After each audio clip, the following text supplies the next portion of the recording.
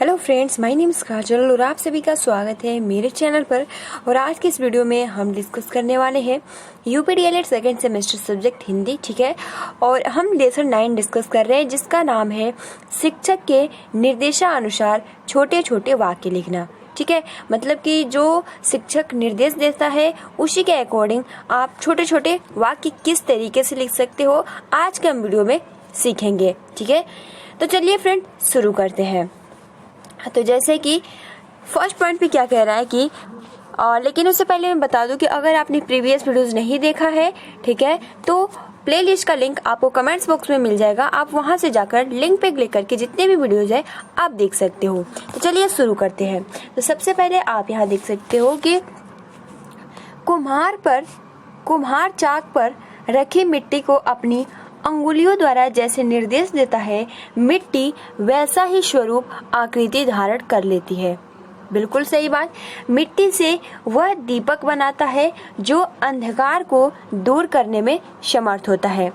उसी मिट्टी से साज सज्जा और दैनिक उपयोग की वस्तुओं को बनाने के साथ ही उन मूर्तियों को भी बनाता है जिनके प्रति हमारे मन में आस्था, श्रद्धा और विश्वास है।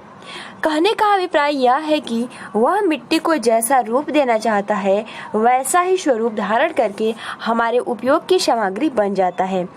इस कार्य में निर्देशक और अनुचालक की महत्वपूर्ण भूमिका है। यही स्थिति शिक्षक और विद्यार्थी में है। तो आप समझ गए होंगे कि जो कुम्हार है वो शिक्षक है और जो मिट्टी है वो शिक्षार्थी है। ठीक है, तो प्रारंभिक अवस्था में बच्चा अक्षर ज्ञान से रहित होता है। उसको कुछ नहीं पता होता है कि अक्षर क्या होता है, ज्ञान क्या होता है। क्लियर। और शिक्षक के निर्देश का ही प्रभाव होता है कि वह कुछ ही समय में अक्षरों का ज्ञाता हो जाता है और फिर उसे अक्षर से शब्द और शब्द से वाक्य बनाने में समय नहीं लगता है। बालक प्रारंभ में शब्द फिर वाक्य बोलता है, पहले शब्द फिर वाक्य बोलता है। मनोवैज्ञानिकों के अनुसार भाषा का चरम अवयव वाक्य ही है। कभी कभी शिशु एक ही शब्द बोलता है किंतु शब्द भी अर्थ की दृष्टि से शब्द ना होकर वाक्य होता है। उदाहरण के लिए जब प्यासा शिशु पानी कहता है तो उसका तात्पर्य होता है पानी लाओ, है ना, आपने सुना भी होगा। तो कहता है पानी लाओ, तो पानी लाओ क्या है, शब्द नहीं, यह वाक्य है। ठीक है, वाक्य उन सार्थक ध्वनियों का समूह है जिससे व्यक्ति की आकांक्षाओं, विचारों, एक भावों की अभिव्यक्ति है। प्रारंभिक कक्षाओं में वाक्य रचना का विशेष महत्व है। छात्र जब तक शुद्ध वाक्य बनाना नहीं जानते तब तक बड़े निबंध वे नहीं लिख सकेंगे। हिंदी वाक्य रचना की कुछ विशेषताएं हैं जिनका उल्लेख यहाँ किया जा रहा है। ठीक है, अब देखिए प्रश्न ये आ सकता है कि वाक्य रचना की विशेषताएं क्या है, लिखिए। ठीक है, तो इसके लिए वाक्य की जो विशेषताएं हैं, फर्स्ट पे शब्दों का क्रम, ठीक है, सेकंड पे अस्पष्टता, थर्ड पे आकांक्षा, फोर्थ पे वाक्य की सामर्थ्य, फिफ्थ मधुरता, वाक्य ठीक से रचे जाएं।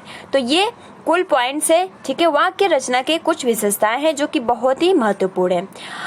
अब देखिए यहाँ नीचे भी कह रहा है कि अनुच्छेद की सफलता वाक्य पर निर्भर। अब देखिए विधि सूचक, इसको थोड़ा हम जूम करते हैं। विधि सूचक तथा निषेधवाचक वाक्यों की रचना तो सरल है किंतु प्रश्नवाचक वाक्य में कौन, कहाँ, क्या, कैसे शब्द वाक्य में कहाँ रखे जाए, इससे छात्रों को बताना होगा। इसलिए विस्मय आदि बोधक वाक्य जैसे वाह कितना सुंदर फूल है यह, ठीक, तो मतलब एक आश्चर्यजनक होकर, आश्चर्यचकित होकर हम ऐसा वाक्य बोलते हैं। ठीक है, तो शब्द क्रम किस प्रकार बदल जाता है। इच्छा बोधक वाक्य जैसे ईश्वर करे तुम परीक्षा में सफल हो। ठीक है, तो ये इच्छा किया जा रहा है। अब कैसे रचा जाता है। आज्ञावर्धक वाक्य जैसे कि प्रार्थना के लिए तैयार हो जाओ। ठीक, तो क्या विशेषता है। और संदेहवाचक वाक्य जैसे कि मदन परीक्षा में सफल हो गया होगा। ठीक, तो इसमें संदेह में है। तो कौन सा शब्द महत्वपूर्ण है, इन बातों की जानकारी छात्रों को दी जानी चाहिए। यदि इन बातों की जानकारी छात्रों को नहीं दी जाएगी तो वो अच्छी हिंदी नहीं लिख सकेगा और उसकी रचना में मौलिकता नहीं आएगी। ठीक है। अब प्रशिक्षु के लिए वाक्य रचना में मौलिकता लाने के कक्षाओं में छात्रों को क्रियाओं के प्रयोग द्वारा वाक्य रचना करनी होगी तथा उसे उद्देश्य एवं विधेय के प्रति सतर्क रहना होगा। ठीक है, मतलब उसको जो भी उसका उद्देश्य है उसके लिए उसके प्रति सतर्क होना पड़ेगा। वाक्य रचना में उसे सरल एवं उचित पदों का प्रयोग करना होगा। कड़ कटु शब्दों का परित्याग, ठीक है, और कर के भाव अर्थ के अनुसार शब्द जुटाने होंगे। रचना में मौलिकता के लिए चिंतन की मौलिकता आधारशिला के रूप में अधिकाधिक वस्तुओं के संपर्क में उन्हें आने दिया जाए, उनकी ज्ञान इंद्रियों में प्रशिक्षित किया जाए जिससे वे निरीक्षण करके चिंतन करने की ओर उन्मुख हो सके। अब देखिए प्रश्न ये उठता है कि वाक्य रचना में प्रभावशीलता कैसे लाई जाए। तो प्रभाविता लाने का पहला साधन है मानसिक उत्तेजना। ठीक है, सबसे महत्वपूर्ण पॉइंट से क्या कह रहा है कि प्रश्न ये उठता है कि वाक्य रचना में प्रभावशीलता कैसे लाई जाए। तो अगर प्रभावशीलता लाना है वाक्यों में तो सबसे फर्स्ट जो साधन है वो है मानसिक उत्तेजना। वह बात जो हृदय को छूकर मस्तिष्क को उत्तेजित नहीं करती वह प्रभावशाली नहीं हो सकती। ठीक है, वाक्य रचना में संक्षिप्तता का आग्रह होना चाहिए और अनावश्यक विस्तार रचना में प्रभाव को कम कर देता है। अच्छी हिंदी वाक्य रचना के लिए कुछ बातों का परित्याग भी आवश्यक है। वाक्य में वातावरण संबंधी अशुद्धि ना हो। सेकेंड, वाक्य शिथिल ना हो। थर्ड, अप्रचलित शब्दों का प्रयोग ना हो। और फोर्थ, के वाक्य में नीरसता और कड़ुकटता ना हो। फिफ्थ, निरर्थक शब्द ना हो। और सिक्स कह रहा है प्रवाहहीनता ना हो। ठीक है, सेवन कह रहा है कि अनावश्यक विस्तार ना हो। एंड 8 कह रहा है दुरूह शब्दों को प्रयोग ना हो। अच्छी वाक्य रचना के लिए कुछ बातों का प्रयोग अपेक्षित है। उपमा का प्रयोग और लाघव, सरलता, ठीक है, प्रवाह, पर्यायवाची, विलोम, लिंग, वचन, कारक, विभक्ति, अर्धविराम। तो ये बहुत ही अहम रोल निभाता है वाक्य में। उपमा का प्रयोग, लाघव का चिन्ह, सरलता, प्रवाह, पर्यायवाची, विलोम, लिंग, वचन, कारक, विभक्ति, अर्धविराम। क्लियर हो गया। तो देखिए प्रश्न यहाँ से ये आ सकता है कि अच्छी वाक्य रचना के लिए कौन से बातों का प्रयोग करना चाहिए, ठीक है, ताकि उसका रचना अच्छे ढंग से हो सके। तो उपमा का प्रयोग, ठीक है, सेकंड लाघव, थर्ड सरलता, फोर्थ प्रवाह, फिफ्थ पर्यायवाची, ठीक है, विलोम, लिंग, वचन, कारक, विभक्ति, अर्धविराम। क्लियर हो गया। अब देखिए यहाँ और भी दिया है जैसे कि अल्प विराम, प्रश्नवाचक चिन्ह, विषय में आदि बोधक चिन्ह, पूर्ण विराम, कोष्टक। अब वर्डों को लिखवाने की गतिविधियों पर चर्चा की जा चुकी है। विराम चिन्हों का उल्लेख भी किया जा चुका है। तो बच्चों में वाक्य की रचना की समझ विकसित हो इसके लिए निम्नलिखित प्रयास किए जा सकते हैं, जैसे कि भरत घर चल, यह डाल है, वह गाय है। तो इस तरीके से आप देख सकते हो, भरत घर चल, यह डाल है, वह गाय है। तो अगर हम एक एक वर्ड बताएंगे, एक एक शब्द बताएंगे तो वो आसानी से सीख सकेंगे। इसमें आप सभी को तो पता है ये वाक्य कैसे बनता है, लेकिन आप जब ट्रेनिंग ले रहे हो तो आपको पता होना चाहिए कि आप जो प्राथमिक क्लास के बच्चे होते हैं उनको आप कैसे सिखा सकते हो, है ना। तो ये सभी शब्द जिन्हें एक क्रम में लगाए तो होगा भरत घर चल, यह डाल है, वह गाय है। यह 3 शब्दों का समूह है। शब्दों के समूह को वाक्य कहेंगे। वाक्य भाषा की पूरी इकाई है। इसमें ध्वनि, शब्द, वाक्य तीनों का उचित संयोजन है। वाक्य में प्रयुक्त शब्द पद कहलाते हैं। ऊपर के दोनों वाक्यों में भरत, यह तथा वह कर्ता के शब्द है तथा जाओ है, ये सभी क्या है, क्रिया। स्पष्ट है कि वाक्य रचना हेतु कर्ता एवं क्रिया का होना आवश्यक है। वाक्य रचना की समझ से गतिविधियां सहायक सिद्ध हो सकती है।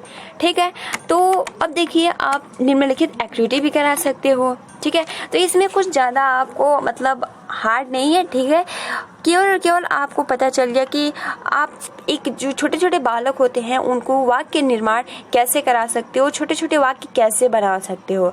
ठीक है, तो इसमें देखिए सबसे मैं शुरू से बताऊं तो इसमें आपको मेन इंपोर्टेंट क्या लिखना है।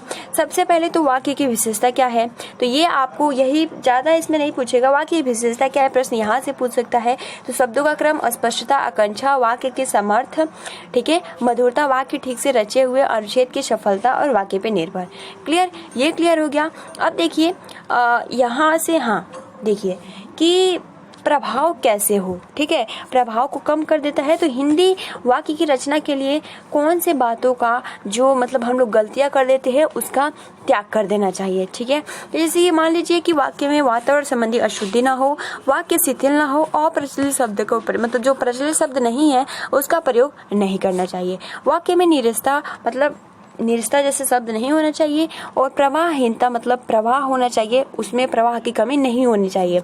अनावश्यक विस्तार ना हो, ठीक है, मतलब बिना फायदे के किसी भी टॉपिक पे किसी भी मतलब बहुत ज्यादा उसका विस्तार पूर्वक ना बताया जाए, ठीक है, और दुरूह शब्दों का प्रयोग ना हो। क्लियर। उसके बाद उपमा का प्रयोग, लाघ हो, सरलता, प्रवाह, प्रवाची, इन सभी का प्रयोग करना चाहिए। विलोम, लिंग, वचन, कारक, विभक्ति, अर्धविराम, अल्पविराम, प्रश्नवाचक चिन्ह, विषय में आदि बोधक, ठीक है, पूर्ण विराम, कोष्ठक, ठीक।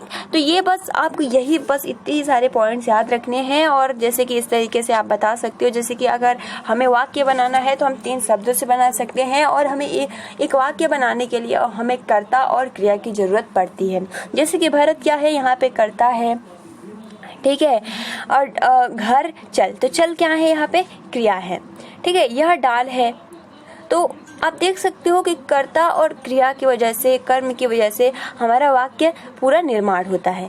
तो बस इसमें यही आप सभी को पढ़ना था। अब एक्टिविटी में आप देख सकते हो कि यही चित्र के माध्यम से मतलब उनको किस तरीके से समझ में आ जाए, बस इसमें यही दिया गया है, ठीक है। अब देखिए यहाँ क्या कह रहा है कि अशुद्धियाँ एवं उनका निवारण, तो यही एक्टिविटी में ये सब कुछ आ जाएगा, ठीक है।